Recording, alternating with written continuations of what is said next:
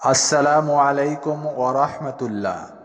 আল হিদায়া ফাউন্ডেশনের উদ্যোগে জামালগঞ্জ চারমাথায় এলাকার 50 জন দরিদ্র মানুষের মাঝে প্রত্যেককে 500 টাকা করে প্রদান করা হয়।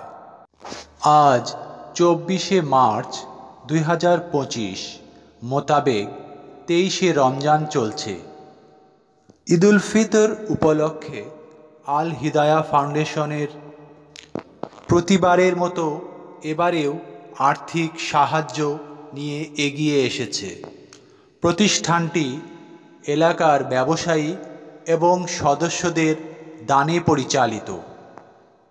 প্রতিষ্ঠানটির সার্বিক সহযোগিতায় রয়েছে সাইদুল ইসলাম সাইদ, জামালগঞ্জ চারমাথা বায়তুল নূর জামে মসজিদের পেশ ইমাম ও ইসমাইলপুর দাখিল মাদ্রাসার সহকারী শিক্ষক।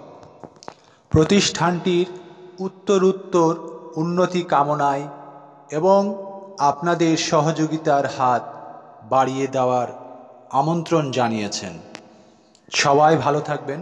আসসালামু আলাইকুম ওয়া রাহমাতুল্লাহ ওয়া বারাকাতুহু।